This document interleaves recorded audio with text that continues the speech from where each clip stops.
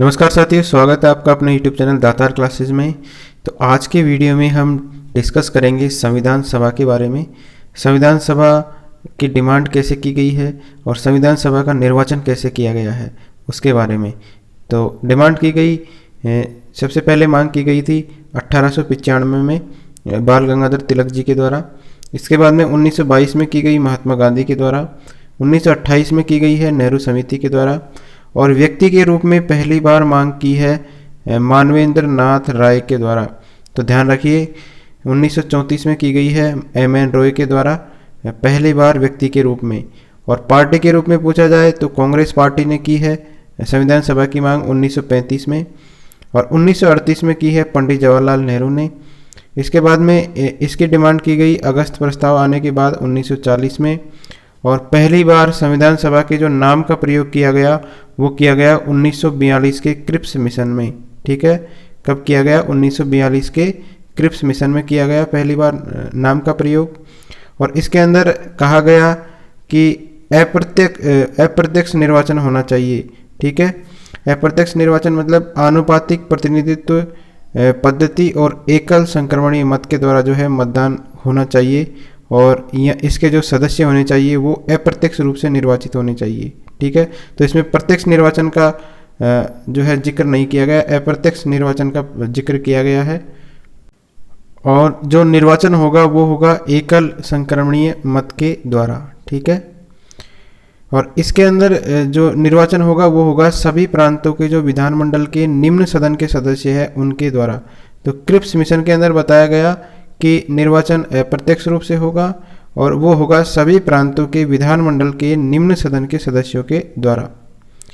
इसके बाद में 1946 के अंदर कैबिनेट मिशन भारत आया। इसके अंदर 3 सदस्य थे। एक थे स्टेफर्ड क्रिप्स, दूसरे थे पैथिक लॉरेंस और तीसरे थे ए.वी. अलेक्जेंडर। तो तीनों का नाम याद रखिए। तीनों को याद करने की एक शॉर्ट ट्रिक भी है, आप स्पा से याद कर सकते हैं, SPA। S for Stafford Cripps, P for Pethick Lawrence और A फॉर A.V. अलेक्जेंडर। तो इन्होंने जो है इसी के अंतर्गत हमारे संविधान का निर्माण किया गया। कैबिनेट मिशन जो 1946 का है इसी के अंतर्गत, और ये किया गया जुलाई अगस्त 1946 में। इसके अनुसार जो है संविधान सभा का निर्माण किया गया। इसमें कुल सदस्यों की संख्या निर्धारित की गई 389। और 389 जो है इसमें ब्रिटिश भारत से थे 296 सदस्य जो निर्वाचित थे। ठीक है, उस टाइम पे 2 तरीके का इंडिया था। एक तो ब्रिटिश जिस पे रूल कर ब्रिटिश के अनुसार चलता था इंडिया, और एक थी रियासतें। तो ब्रिटिश इंडिया से जो निर्वाचित हुए वो हुए 296 कैंडिडेट। रियासतों से मनोनीत हुए 93 सदस्य। ठीक है, तो 93 सदस्य मनोनीत किए गए रियासतों से और 296 जो है निर्वाचित हुए ब्रिटिश इंडिया से। अब ये 296 को भी 2 भागों में डिवाइड करते हैं। तो इसमें प्रांतों से थे 292 सदस्य और उच्चायुक्त प्रांत जिसमें 4 थे। एक तो दिल्ली, एक अजमेर मेरवाड़ा, कुर्ग था और एक बलूचिस्तान था। तो इनसे जो है 4 सदस्य निर्वाचित हुए। प्रांतों से 292 निर्वाचित हुए। इस तरीके से 296 सदस्य ब्रिटिश इंडिया से निर्वाचित हुए और रियासतों से मनोनीत हुए कितने? 93 कैंडिडेट। तो इसके बाद में है संविधान सभा का निर्वाचन कैसे हुआ। संविधान सभा के निर्वाचन हुआ है एक जो है 10 लाख की जनसंख्या पर एक प्रतिनिधि को चुना गया है संविधान सभा के निर्वाचन के लिए। और इसमें पद्धति अपनाई गई आनुपातिक प्रतिनिधित्व पद्धति। और ये चुनाव की जो है निर्वाचन मंडल जो है निम्न सदन के सदस्यों के द्वारा जो है ये सेलेक्ट किए गए। निम्न सदन के जो सदस्य थे उच्चायुक्त प्रांतों के जो विधानमंडल थे उनके निम्न सदन के सदस्यों के द्वारा ये जो है इनका संविधान सभा का निर्वाचन किया गया। और इसके अंदर एकल संक्रमणीय मत पद्धति पर ये आधारित था। तो ध्यान रखिए तीनों पॉइंट।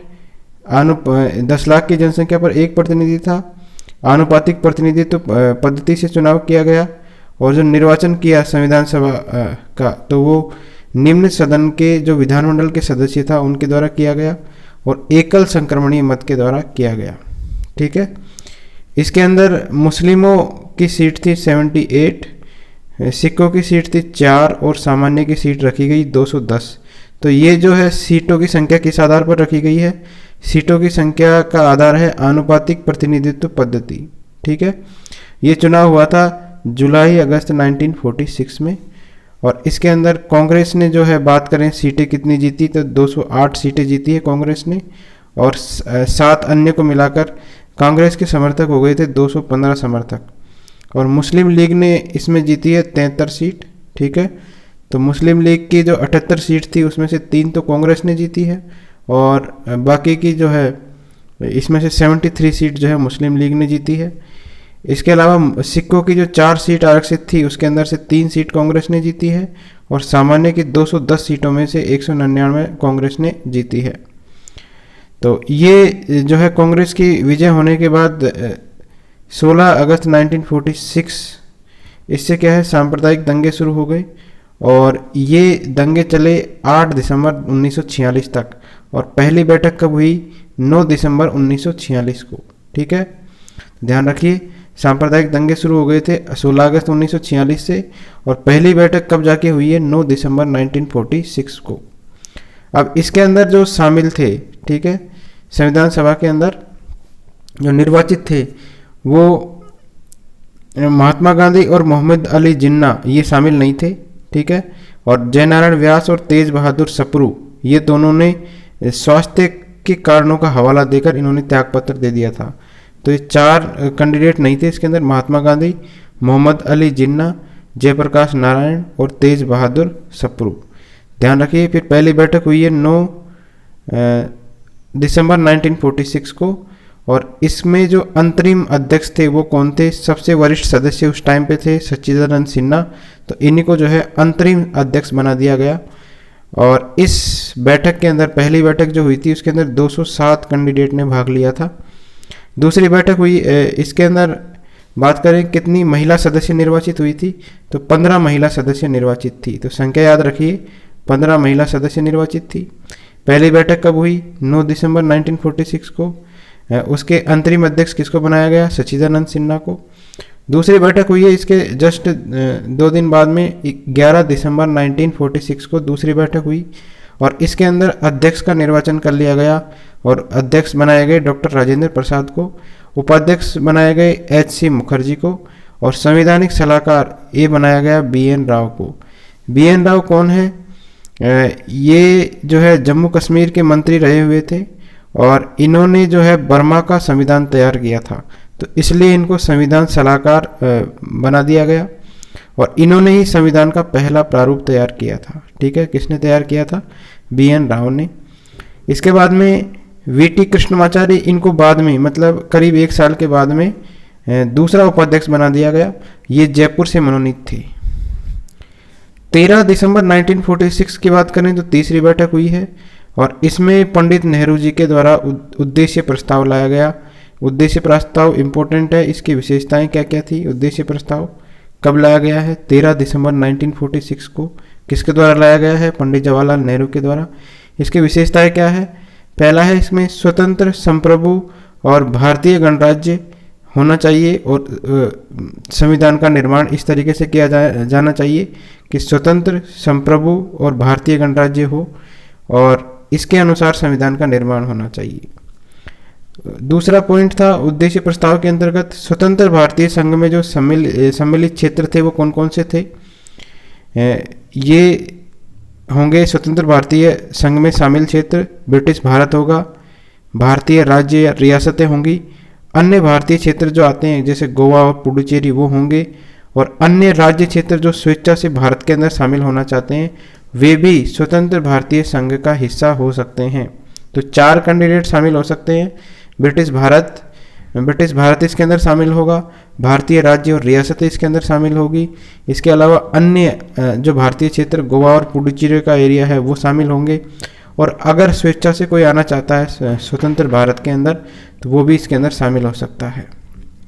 इसके बाद में है इसके द्वारा संघ जो है राज्यों को स्वायत्तता दी गई। ठीक है, राज्यों को इसके अंदर ऑटोनॉमी दी गई और अवशिष्ट शक्तियां जो है इसके अंदर कहा गया कि राज्यों के पास ही होगी। ठीक है, तो जो इंडिया होगा उद्देश्य प्रस्ताव के अंतर्गत वो राज्यों का एक संघ होगा। इसके अंदर राज्यों को ऑटोनॉमी दी जाएगी, स्वायत्तता दी जाएगी, स्वतंत्रता नहीं दी जाएगी, स्वायत्तता दी जाएगी। और अवशिष्ट शक्तियां जो है जो संघ सूची में शामिल नहीं है या राज्य सूची में शामिल नहीं है और समवर्ती सूची में शामिल नहीं है, तो वो सारी शक्तियां जो है किसके पास रहेगी? राज्यों के पास। वर्तमान में बात करें तो वर्तमान में ये शक्तियां हैं केंद्र के पास। इसके बाद में शक्तियों का स्रोत इसके अनुसार क्या होनी चाहिए? जनता होनी चाहिए। और इसके अंदर इसी का मतलब ही है कि लोकतंत्र होना चाहिए। तो ये उद्देश्य प्रस्ताव में कहा गया। उद्देश्य प्रस्ताव के अंदर कहा गया कि न्याय होना चाहिए सामाजिक आधार पे, आर्थिक आधार पे और राजनीतिक आधार पे, तीनों तरीके का न्याय होना चाहिए सबके लिए। इसके बाद में स्वतंत्रता बताई इन्होंने 8 तरह की स्वतंत्रता। विचार की स्वतंत्रता होनी चाहिए, अभिव्यक्ति, विश्वास, धर्म, उपासना, व्यवसाय, संघ बनाने की और कार्य करने की क्या होनी चाहिए? स्वतंत्रता होनी चाहिए। तो ये ऊपर के जो पांच पॉइंट है, विचार, अभिव्यक्ति, विश्वास, धर्म, उपासना, तो ये हमारी प्रस्तावना में भी है। ठीक है, तो 8 तरीके की इन्होंने स्वतंत्रता का जिक्र किया है।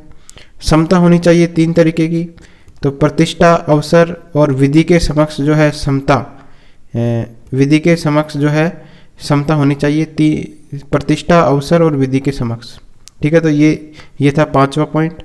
6 पॉइंट था कि हितों का संरक्षण होना चाहिए।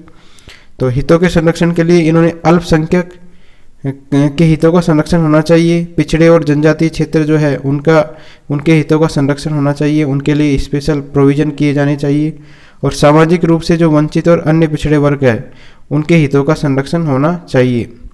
7वां पॉइंट था भारतीय राज्य क्षेत्रों की अखंडता के बारे में।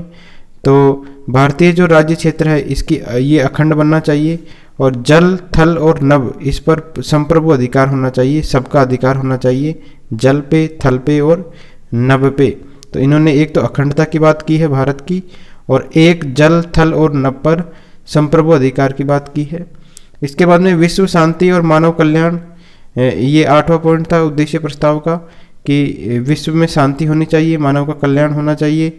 और प्राचीन काल से जो भारत की परंपरा आ रही है, ठीक है, चली हुई आ रही है, तो भारत की एक विशिष्ट पहचान थी, जो उस पहचान को बनाए रखना, ये भी उद्देश्य प्रस्ताव के अंदर इसका जिक्र किया गया। और ये उद्देश्य प्रस्ताव पारित हो गया 22 जनवरी, ठीक है, 22 जनवरी 1947 को ये उद्देश्य प्रस्ताव पारित हो गया और संविधान का जो है निर्माण किया गया। ठीक है, तो आज के वीडियो में इतना ही। कल के वीडियो में हम डिस्कस करेंगे संविधान सभा की प्रमुख समितियों के बारे में। Thank you friends.